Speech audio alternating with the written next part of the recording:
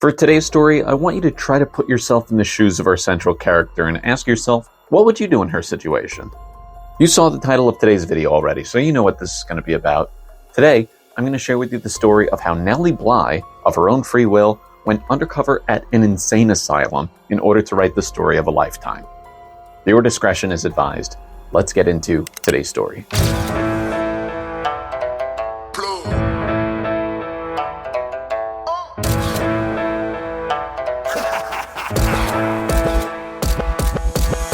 The year is 1887.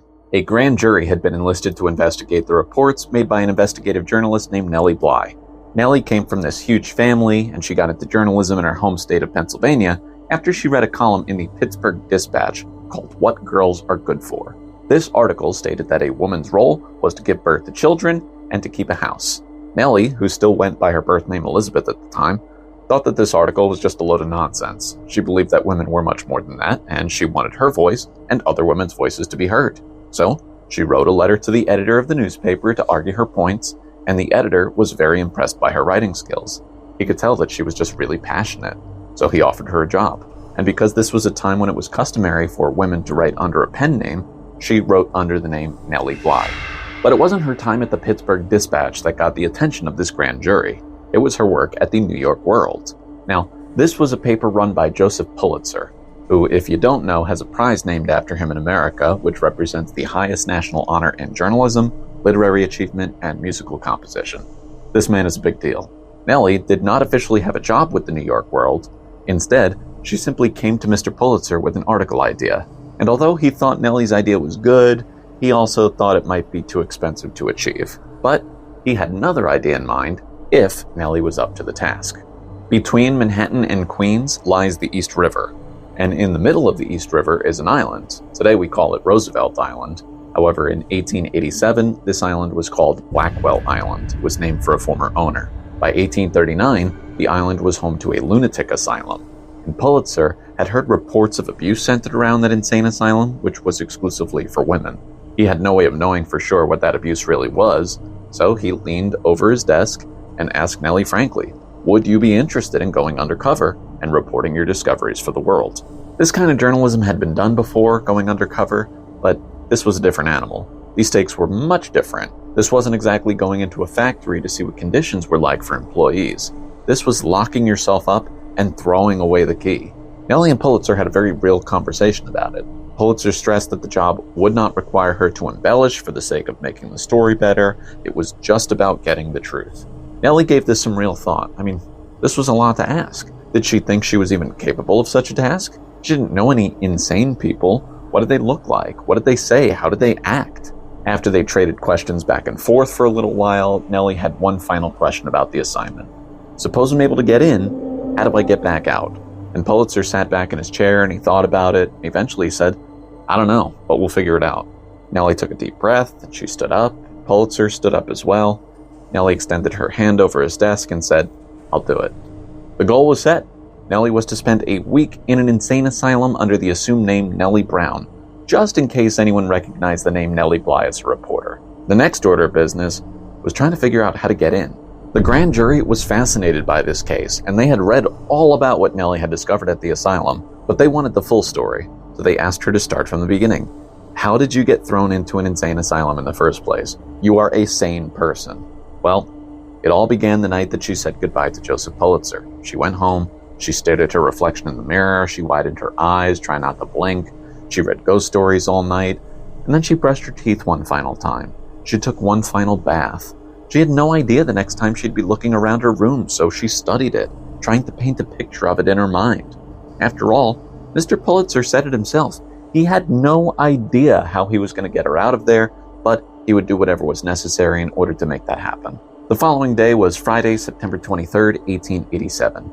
Nellie walked to number 84 2nd Avenue, which would be between East 4th and 5th Streets in present-day East Village. That building was a temporary home for females. Nellie was under the impression that if she could convince a house of women that she was unstable, that they'd try to get her thrown out, and that would start a chain reaction leading to her confinement to the asylum. The conditions at the temporary home were less than ideal. There was a bare floor, no carpeting on the stairs, the food was mediocre, the dinner bell was loud and obnoxious, but she wasn't there to report on the temporary home. Her goal was to just make everyone in the house uncomfortable. She also didn't want to overplay her hand and come across as fake, so she waited until she was approached. The assistant matron, who was named Mrs. Stannard, pulled her aside and asked her if something was wrong. She could sense that Nellie wasn't feeling 100%, and truthfully she wasn't. Nellie was terrified. One wrong move and she'd be out of a job. After all, she didn't officially work for the New York World yet. So Nellie put on a fake accent, and then she told Mrs. Stannard that she was sad. And Mrs. Stannard is, saying, "Why? What are you so sad about?" And Nellie just said, "Everything. Everything is so sad. And other women in this house are crazy." She figured that if she said that other women were crazy, they might suggest the same thing about her. And Mrs. Stannard assured her, "We don't keep crazy women at this house." But Nellie suggested, "Hey, murders are committed all the time, and the police don't catch the one responsible all the time, so how do I know that those people aren't staying here?" It did not take long before other women in the home started murmuring to each other like, "Hey, what's wrong with that Nellie Brown girl? I think she might be crazy." And once that word started to spread, it did so quickly. Some were frightened of her, while others just began torturing her for fun. It was then that Nellie realized just how defenseless a crazy person might actually be.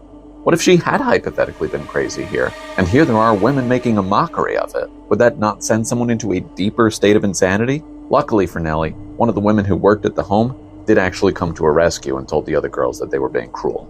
Nellie was sent off to bed, but her roommate refused to sleep in the same room as her. She said she wouldn't for all of the money of the Vanderbilts, which, if you don't know, was one of the richest families in America. One girl dreamt that Nellie rushed at her with a knife, and she woke the entire floor up with her screams. That was fine with Nellie. She had no intention of sleeping that night anyway, because only sane people go to sleep. That's the way that she looked at it. The following morning, Mrs. Stannard brought 2 large policemen to the boarding house with the mission of removing Nellie from the building. Nellie began to state that she was worried because her trunk was missing, and it's not clear from her writings whether or not this trunk was real or not, but I'm going to make the assumption here and say that she made it up. Regardless, the officers had no plans to help her look for this trunk, but they played along with her game anyway. They said, "Oh yeah, we have this collection of missing trunks at our station. Why don't you come with us and we'll help you find it there?" So Nellie gladly went with them to find this fake missing trunk. When they got to the police station, Nellie had her first true scare, because as it turned out, the police captain she'd be meeting with was a man that she had actually just met a few days ago, and if he recognized her, the whole act was a failure. So Nellie's trying to shield her face with her hat while continuing to whine about her supposed missing trunk, speaking with this accent that she's making up. She's juggling a lot of different things here, all while terrified that she's about to be figured out. But when she spoke to this police captain, it was like their meeting a few days earlier had never happened. He did not recognize her in the slightest. He either wasn't impressed with their meeting, he was never listening during their meeting, he had a bad memory, maybe he saw too many faces every day to register that they had even met. Whatever the reason was, Nellie's grateful. He asked where she was from because the accent that she's improvising is just very confusing to him, and the officers argued whether she was from out west or somewhere south, and Nellie just played the amnesia card. She simply said, "I don't remember where I'm from." She was brought before a judge who tried to get further answers, but Nellie kept coming back to the fact that she only wanted her trunk and nobody had shown her where they kept them yet. To the officers that had taken her into custody, they believed that she was crazy, and one even suggested sending her to Blackwell Island, which was exactly what she wanted. But the judge thought that was too dramatic and suggested sending her to doctors at Bellevue Hospital instead. He was convinced that she had been drugged and thought it would be best to let the drugs wear off before they could get any real answers out of her. He also had a little bit of a soft spot for her because he said that she reminded him of his dead sister. So an ambulance surgeon was called for. Nellie had played her part wonderfully to this point. She had deceived a house full of women, police officers, a police captain, and now a judge. But how many of these people could really be considered experts on a person's sanity? A doctor would surely be different. Nellie tried to prepare herself for what was to come, and when the ambulance surgeon asked her to put her tongue out, she just said, "No, I'm not sick. Never was. I just want my trunk." When the surgeon went to listen to her heart, she held her breath as long as she could, because she didn't know how a crazy person's heart should beat. Then, he flashed light into her eyes, and she figured she would just try her hardest not to blink. She didn't know how a crazy person's eyes would look. The surgeon came to the conclusion that she was on a drug because of her enlarged pupils, but this was actually because Nellie was nearsighted. And because she didn't want to be given some sort of counteracting drug, she admitted to it. She said she was nearsighted. Didn't matter. Once the message had been passed along that someone thought she was crazy, whoever came to speak with her next was already under the impression that she was crazy. So nothing she said was being taken at face value. It was almost too easy. She was next taken to Bellevue Hospital for evaluation, or so she thought. That ambulance surgeon thought that was unnecessary. She was being taken to Bellevue, sure, but not to an exam room. She was being taken to their insane ward, much smaller than the asylum out on Blackwell Island, but her initial mission was nearly complete. She was officially a resident of an insane ward. There were only 3 other patients in this ward, and Nellie thought it might be a good idea to try to speak with these women before it was too late, because, after all, there's still time to discover that she's a fake. So she went over to the first woman. Her name was Ann Neville, and Nellie asked Miss Neville about herself. She learned that she was a chambermaid who got sick from overworking. She was unable to afford living in a boarding house, and so she was transferred here. Nellie asked her, "Do you know that only insane people are sent to this pavilion?" And Miss Neville understood completely. Even though there was nothing wrong with her, she said it was impossible to talk to the nurses and doctors about it. Once they think you're crazy, it doesn't matter what you have to say. She had pretty much accepted her fate. Nellie found this to be crazy in and of itself. How is it that the very first person she spoke to at an insane ward was just like her, perfectly sane and shouldn't be here? Now, before she was able to speak to the other 2 patients, the nurse entered the room. And this nurse had a coldness to her. She was power hungry, and she jumped at her first opportunity to prove her dominance. She took one look at Nellie and saw that she was still wearing her hat. "Take it off," she says. Nellie said she wouldn't. And again, the nurse said, "Remove your hat." And again, Nellie refused. The nurse then gave her an ultimatum. "Remove it, or it will be taken from you forcefully, and it will not end well for you." The 2 strong men by the door made the message clear, so Nellie weighed her options, but eventually took off the hat. And now, it was time for dinner. Dinner was boiled meat and a potato. Nellie said, though, that it couldn't have been colder if it had been cooked a week ago. She wouldn't eat it. It was too disgusting for her. Now, maybe a reason though dinner was so cold was because the ward itself was freezing. It was a frigidly cold September, and the institution did not turn on their heat until October.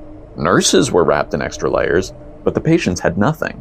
Nellie asked if she could go to bed just to be under the blankets, but she was told no. Instead, she was given this musty shawl that had holes all over it. But it wasn't before long that Miss Scott, the nurse, ripped it away from her so that she could speak to a doctor. Now, I want you to hear the interaction between the doctor and Nellie before he declared her to be positively demented. The first speaker is the doctor, and the second is Nellie. "I've seen that face before." "Then you know me?" "I think I do. Where did you come from?" "From home." "Where's home?" "Don't you know?" "Cuba." "Tell Miss Scott all about yourself." "No, I will not. I will not talk with women."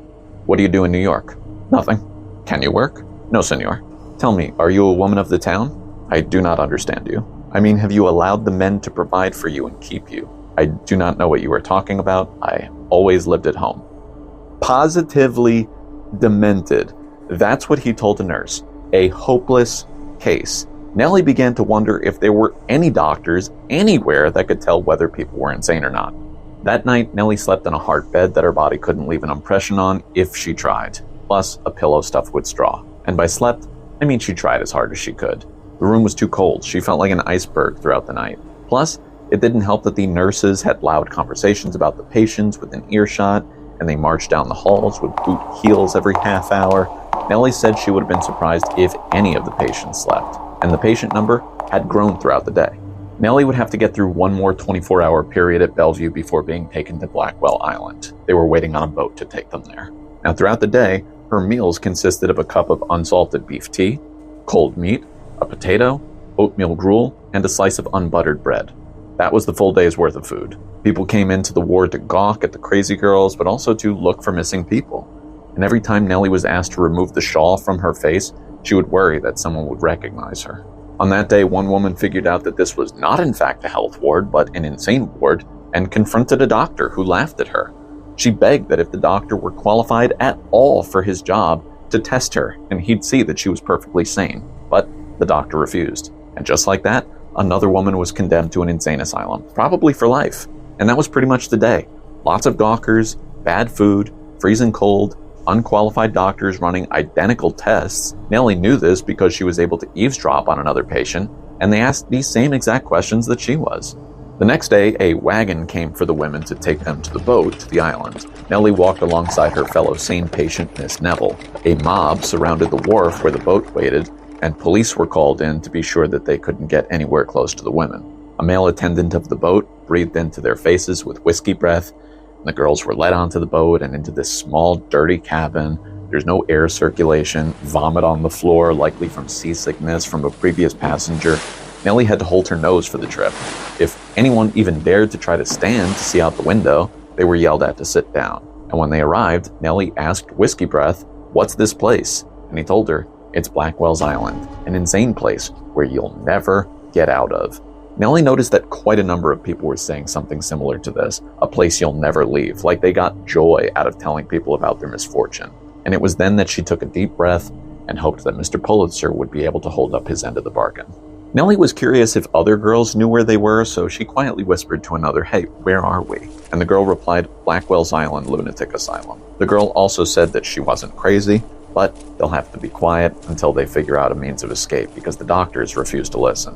Nellie was surrounded by women who did not deserve to be there. Were there some crazy people in the mix? Sure. But of these 1,600 women kept on this island, it really made her wonder just how many of them were actually insane.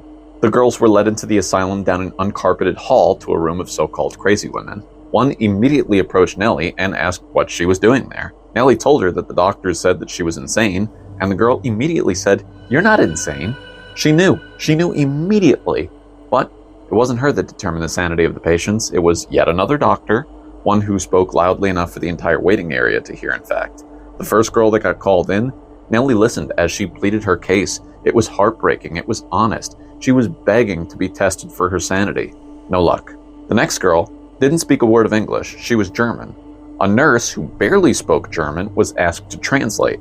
And when the nurse could barely make a sentence for her, the woman's fate was sealed. She was committed to the asylum simply because there was no translator on site. Nellie noted how this German woman wasn't given any fair assessment, even though a murderer would at the very least be given a trial. Nellie was called in last.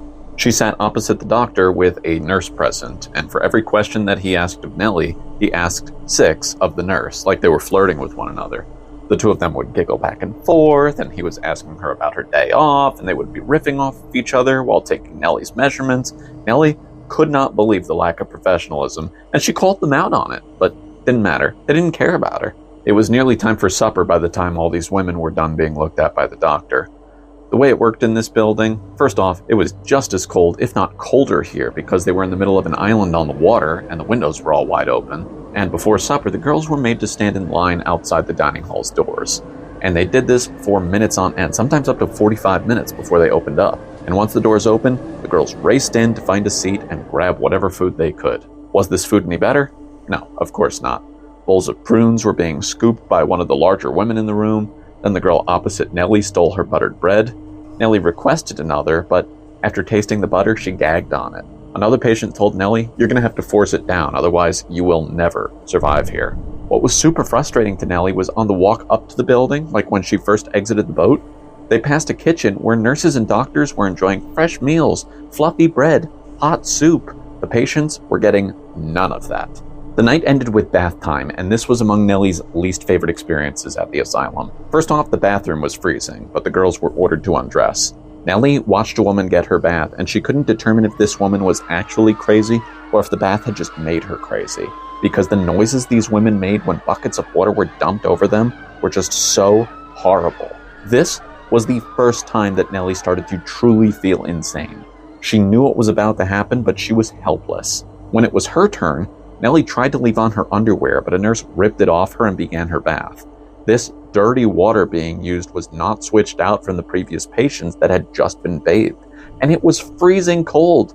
Ice cold water was dumped over her head 3 times. She made noises that she had never made before just to push through the pure shock that her body was feeling. The nurses scrubbed her skin and hair forcibly against her will, and when she was done, she was given the same towel that had been used by women with open sores on their bodies. Then she looked back to Miss Neville waiting in line, and she thought to herself, I'd be willing to do all of that over again if it meant that she didn't have to go through the same exact experience. At night, she was thrown into her own cell, kind of like a prison cell. It was locked with a key, and Nellie couldn't help but feel like if there were a fire, all of the women would die.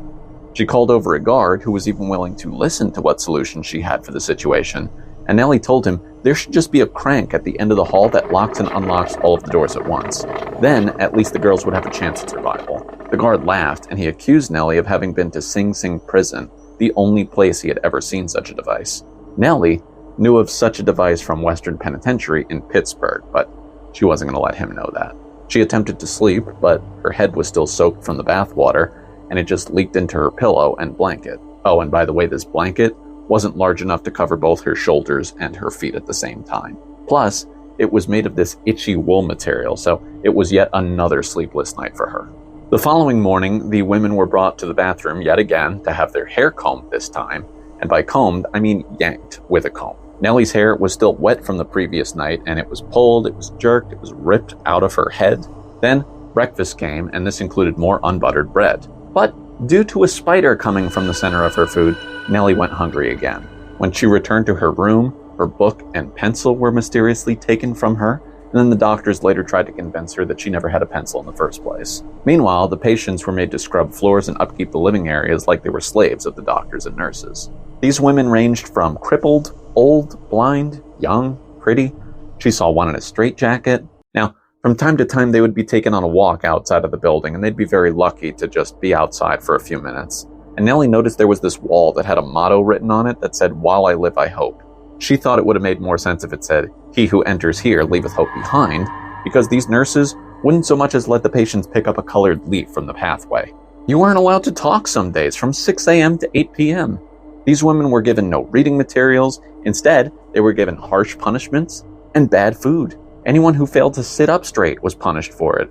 Patients who were ill and ran a high fever fell victim to the same strictness from the nurses. The grand jury was appalled by these statements and accusations made by Nellie, but the level of detail in which she went made it seem very difficult to not believe her. They could tell that Nellie wanted to do what was right for all of the women that were still stuck in that horrible place. Since most of the days were very similar, the jurors asked for some specifics that she observed with some of the patients as far as punishments were concerned. Nellie noted that there was one sick girl who fell over into another girl's arms, and a nurse told her to drop her on the floor to teach her a lesson. When the woman refused, she was pinched between her eyebrows until her face turned red.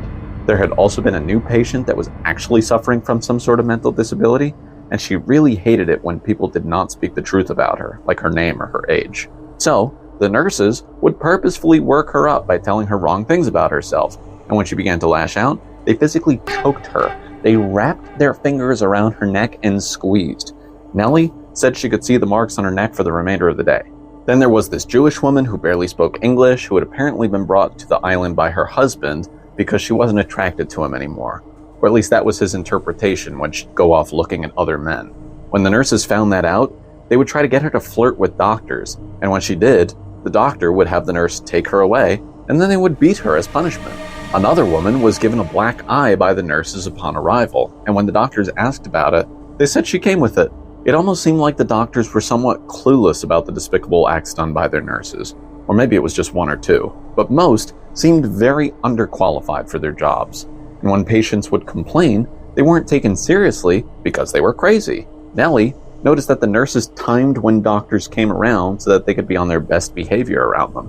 Now, Nellie also feared for herself at one point because a visitor came and asked for her. It was too early to be one of Mr. Pulitzer's men, so who would be looking for her? And when she saw who it was, she thought she was about to be made because the man who came to visit was a former lover of hers. He had somehow found out that she was there and decided he was going to play the role of rescuing the damsel in distress. But this obviously isn't what Nellie wanted. Even though she truly hated being there, she needed more information for her articles. So, even though a nurse led her to the man, she was able to break away from the nurse for just a split second, and she whispers to this guy, "Don't give me away." He lost the color in his face, but he understood. Nellie said she didn't know him, and he agreed that Nellie was not who he was looking for. Now, Nellie herself was not immune to these beatings. In fact, at one point, a nurse had jumped on top of her and broken 2 of her ribs. When she didn't want to sleep, fearing she might miss something important in other cells, a doctor tried to force her to sleep by drinking some mystery concoction. And when he threatened to inject it into her arm, she figured if she took it orally, she might at the very least be able to vomit it back up after he left. So that's what she did.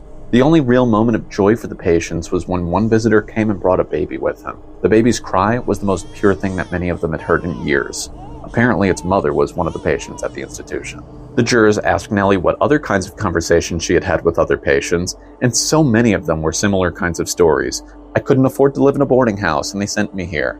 I got sick, and they sent me here. I didn't speak English, and they sent me here. One patient had a recurring dream that her mom was coming in the morning to take her away from this place finally, but It was a dream that she had been having for the past 4 years in this place. There was no hope for these women. Next, the jurors wanted to know how she actually got out. And what's wild is how easy it was. An attorney named Peter Hendricks came to the asylum. He had been sent by Joseph Pulitzer, and all he did was ask for Nellie Brown. As long as both parties agreed to the transfer of the patient, they could be released. It was that simple. And yet so many of these girls were here for life because nobody would come for them. And as soon as she was free, the very first thing she did, go get something to eat. Now remember, as Nellie is speaking to the grand jury, her articles have been printed in the New York World. The Lunatic Asylum is well aware at this point that they've been duped. But still, the jurors wanted to take a look around the place with Nellie by their side. She agreed, and they took a very different kind of boat ride out to the island. This was a clean boat, one where nobody would yell at you for standing up, one without vomit stuck to the wood, one without an alcoholic captain. When they arrived, they interviewed several nurses, all of whom contradicted one another with the kinds of things they said actually happened here. Then they spoke to doctors, and Nellie remembered one kind doctor, and he pulled her aside and said that if he had known what she was up to, he would have tried to find some way to help, because he too agreed the conditions here were unacceptable, but he claimed it was due to a lack of funding. Still, upon this visit, it seemed like many things had already improved, notably the food. There was fresh bread, a barrel of salt to give the food some flavoring, the water was better, and the nurses who had been deceiving the doctors were relieved of their duties. There was still a lot to be done. They needed more qualified doctors and nurses who could properly take care of the women who really did need psychiatric help. The jury agreed that all of Nellie's proposals were necessary, and because of Nellie's experiences at Blackwell Island Lunatic Asylum, $1 million was to be given for the benefit of the insane. In the words of Nellie Bly, I have at least the satisfaction of knowing that the poor unfortunates will be the better cared for because of my work. Nellie was placed on the permanent staff of the New York World, and she'd go on to write some truly iconic pieces. One of her more famous stories revolves around when she broke Phineas Fogg's fictional record of going around the world in 80 days. She did so in 72 days. If you're interested in reading her full first-hand account of this story, you'll need to find a copy of 10 Days in a Madhouse. It's a quick 100 pages, but it's definitely worth it in my opinion. And that lunatic asylum, by the way, closed shortly after her articles, doing so in 1894. Its patients were dispersed into other facilities, and the only remaining building of the asylum is called the Octagon. It is one of 6 landmarks on Roosevelt Island today. You can even step into the lobby, but it is a residential building now, because of course it is. So no wandering through the building unless you live there. So that's going to do it, folks. I know this one took a little extra time to make, but hopefully y'all think it was worth it to wait the extra few days. That is a story I've been wanting to tell on this channel for quite some time. If you enjoyed it, please make sure you like the video, share it with people that you think might be interested in hearing about it, subscribe to the channel so you don't miss out on any of my uploads, and make sure you hit the notification bell, that way you can become aware of when I actually do post videos. I'll catch you all in the next one. Deuces, kids.